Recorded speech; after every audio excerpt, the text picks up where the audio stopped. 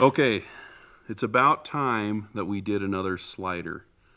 And so not only are we doing another slider, but we're doing a thin mint slider. So a very cool color combination that uses kind of a light olive and a brown marabou, some brown ice stub, and some cool deer hair. So let's just get cranking. Lots of people ask me what my favorite hooks are for articulated flies.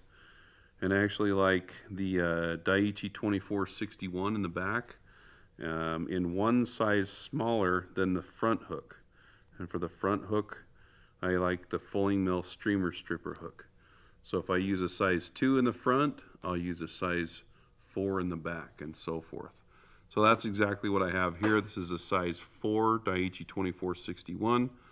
And I'm just going to use some black 140 denier thread to start this out. Now, one thing I've noticed with the sliders is you want the tail to kick out quite a bit, and so in order to achieve that, I'm going to use 2 full pieces of just what's it called? Strung marabou from Fish Hunter. So it's a really cool brown UV color. That's kind of a more sparse piece of marabou. I won't use that on this one. You see how this one's quite a bit more bushy, but all scraggly. So for the tutorial's sake, maybe I'll dig in and try to find a little bit nicer piece for you all. See? I really care about your feelings. Ooh, that one looks good. So you can see this one is pretty wavy at the tips. They somewhat line up, so that's good. This piece of marabou, you can see it kind of goes thin in the middle, so I'm just going to grab it right here and just break that out of there. All right, so everything on this fly is going to be upside down because I tie it so it rides hook point up. So I'm going to tie in the dark color first. I'm just going to preen all those fibers back, tie it in the same length or maybe a little bit longer than the shank of the hook, and then I'm going to advance my thread forward and tie this off up here and cinch it down. The reason I do that is because I want the body to be somewhat level. I'll do the same thing with this piece of light olive. I don't know if I mentioned the color, but it is light olive. Moisten that one down a little bit so I can keep it right on top.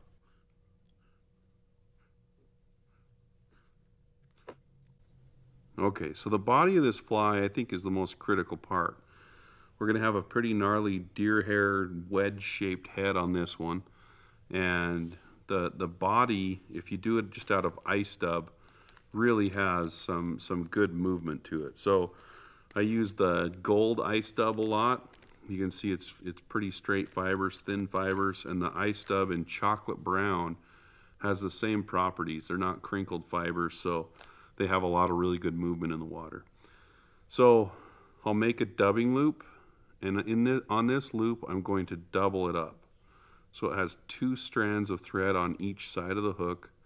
I'll close off the loop on the back and advance my thread forward. So from here I'll just insert the shepherd's hook in the gator grip tool. And I like to cut off the corner of the bag because if I do that and just grab on the very tips of these fibers, I can pull those out and just put them in the loop, and it makes it twist up much nicer and wrap much nicer.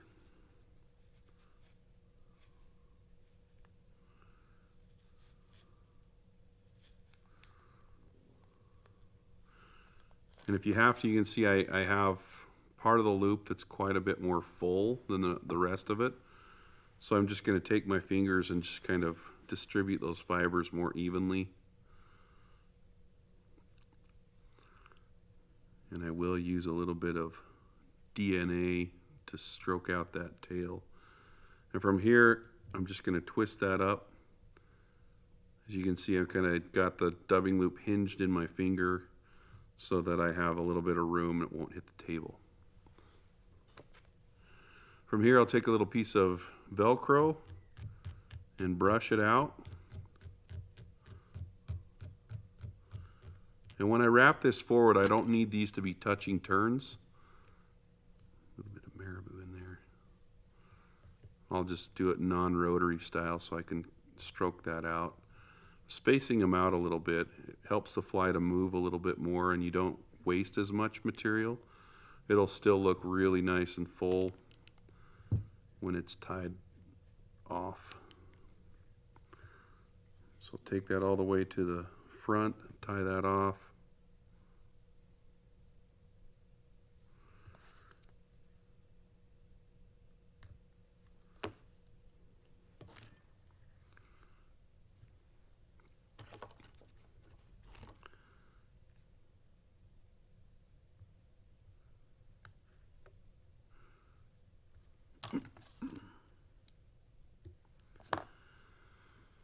Okay, so once I have that portion of the fly tied, I'm going to come in here with the Velcro again and just give it a nice brush out. Shouldn't have to get too mean with it right now. You should be able just to brush it out and stroke the fibers back. And yes, you can fish it just like that. Kind of like a sparkle minnow. Okay, so this is our front hook. It's a Teflon coated extra wide gap stinger hook, but I actually don't use it for the stinger on the fly, which is interesting. This is a size 2. And I'm just going to start it with the same thread that I was using. Okay, so the first thing I'm going to do on this front hook is attach the eyes. And I'll just put those in. I don't know, you kind of just eyeball it. Dad joke. Kidding. Alright, so I'm just going to figure 8 those in place. You can see I put them about that far behind the eye.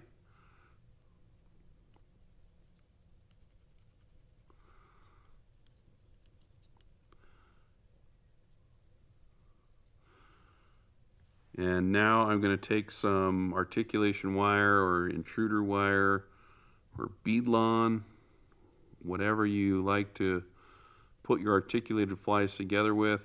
And I'm going to wrap this a little bit down the bend.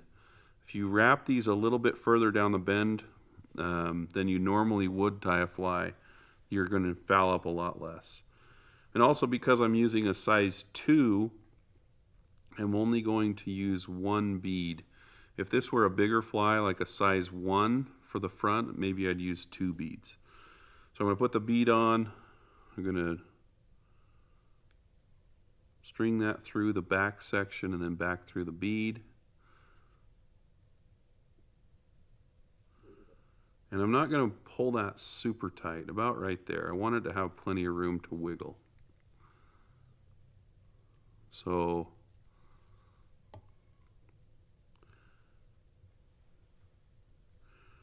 once I get that about right, I'm going to take some flush cutters and cut it roughly to length.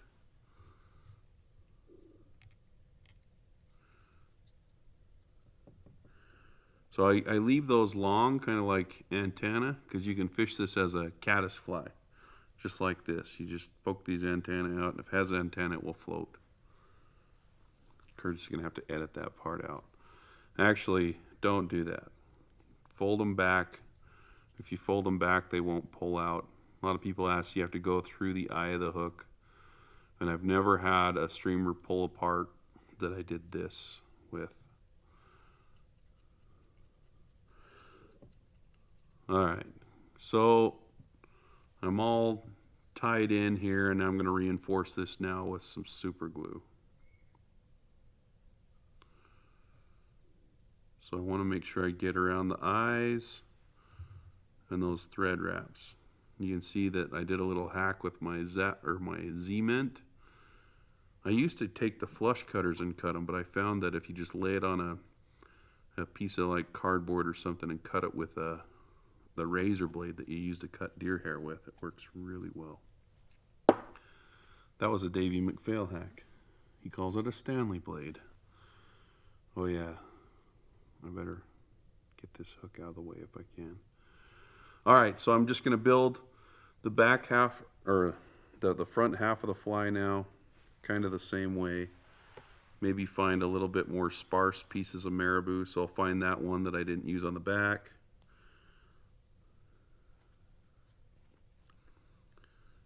Tie it in quite a bit shorter than the other one, just so that it kind of covers up the bead and maybe goes a little bit into that body.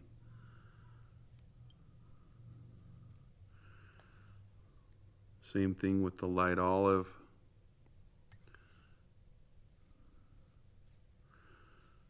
And by all means, if you want to pull the marabou from the sides of this, you can do that. You'll get more flies out of your marabou. But I'm lazy.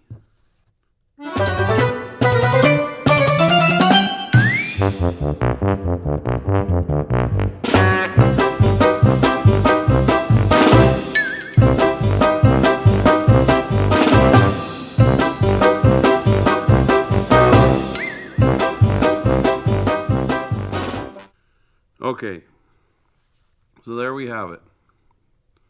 Front half of the fly is almost done. It's done the same exact way as the back.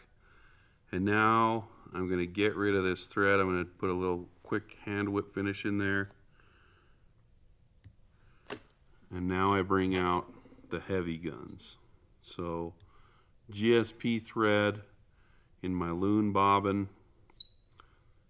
That ensures that I can apply maximum torque to this thing. So the GSP thread is critical on this part because we're going to put some pretty gnarly chunks of deer hair in this. All right.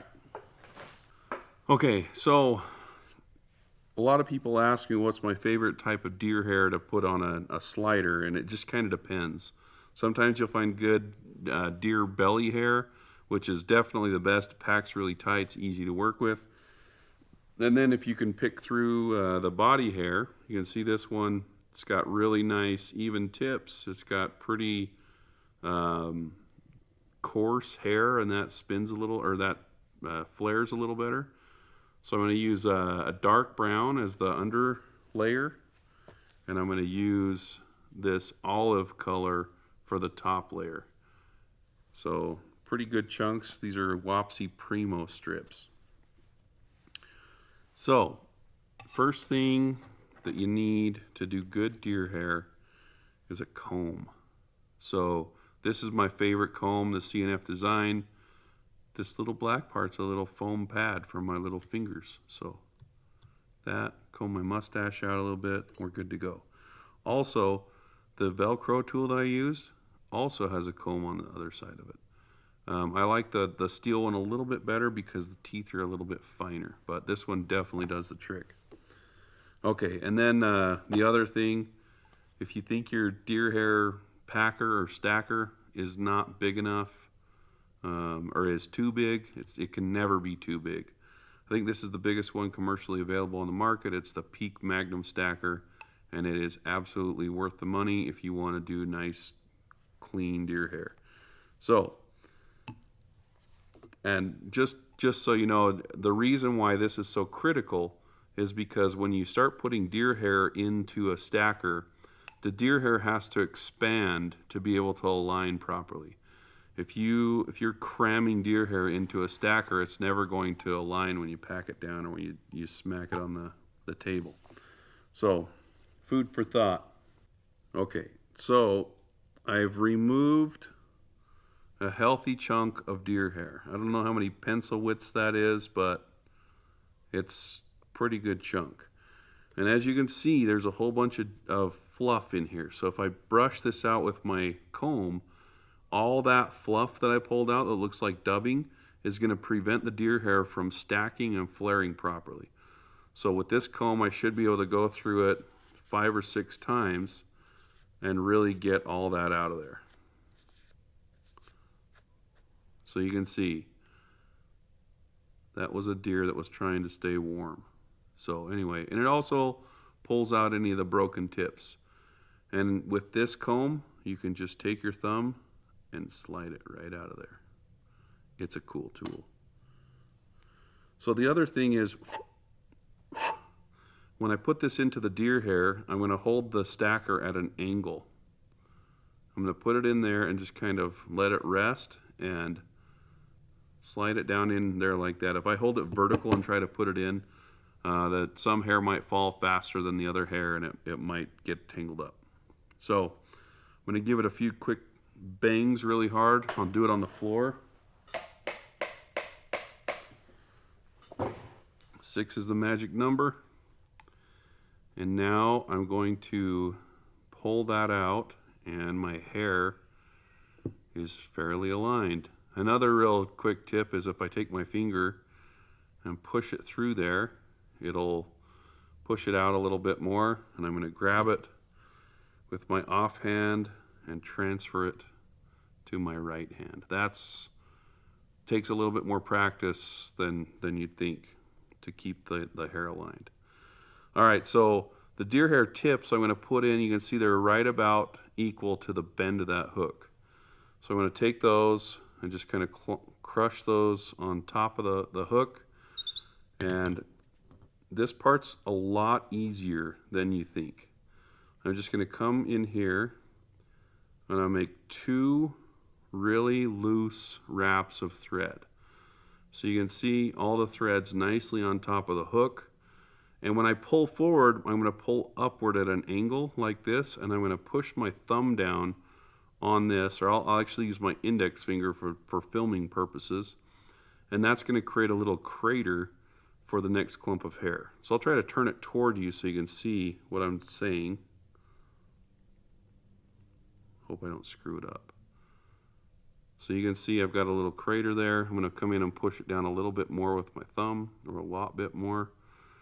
So that's where I'm going to tie in my second clump of hair. And there's no hair on the bottom of the fly. All right. I'm going to repeat the same thing with the olive. Okay, so I've got the olive clump ready to roll. And now, this is kind of a tricky part as well, but I'm going to kind of put this down right into this clump. I can't really do it with it angled toward the camera. So I'm going to grab it with my offhand, line those tips up about the same as they were on the brown one, and I'm going to wiggle my thread up through the brown and down over the other side. Just do that twice. So now you can see it's the same program as before, but this time I'm going to not put my finger there and just pull it. And if you pull too tight on this, you'll cut through the deer hair and you got to start all over again. Surprised I didn't do that. And you can see on the bottom that we have no hair on the bottom of the fly at all. So this is purely for my sanity, but I like to put a little beard on the fly. So I'm going to take a little olive clump of bruiser blend.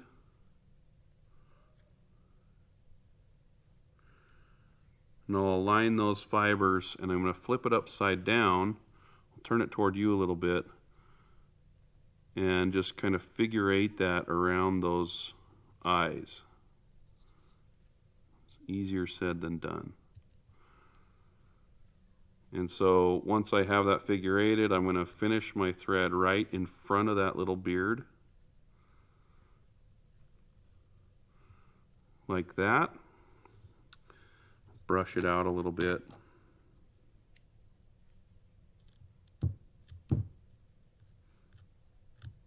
All right, so we got a little brushed out beard.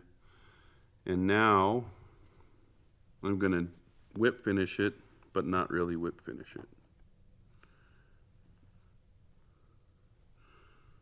I'm going to take this and just put some super glue right on those eyes and the last spot that my thread went, and just trim it off. Got a few little stickers outers.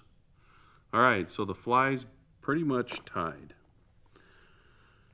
And this part actually is quite a bit easier than than I think many people are making it out to be. It's just, there are a couple things that go into trimming the head. Number one, don't use scissors. No sharp scissor is sharp enough to cut this head cleanly like we're going to do. So I'm going to use, I like this company, Astra. Is that how you say it, or Astra? But anyway, I'm going to get a brand new blade, and I should be able to get 6 sliders out of one of these blades, 3 on one side, 3 on the other. But as you're cutting this, if the slider feels like it's not cutting very easily, just switch the blade out. They're really cheap. So the way I keep track of it is, on one side of the blade it says Astra, on the bottom it says Superior Platinum. So I start out with the Astra side first because it's alphabetically first. That's how I always remember which side of the blade is new. And then it's critical that you can take your blade and bend it. I don't break these blades in half like some people do because I have a much better handle of the blade just with my fingers and when I bend it like this. So I'm essentially going to come in here and bend the blade so it just barely fits over the eyes. And I should be able to take that blade and in one motion sweep up into the hair and create basically the whole slider head. And I can come back through and trim it up if I can. So let's see if I can do that. I'm just going to pull the hair back, get the blade there, and we should have a slider head. Not bad. We're going to trim it up just a little bit. So I'm going to come in just kind of on the sides. If I have any guard hairs, sometimes it's easiest to pick those out. So it looks like one side got a little bit closer than the other, so I can come up here and round them all off together.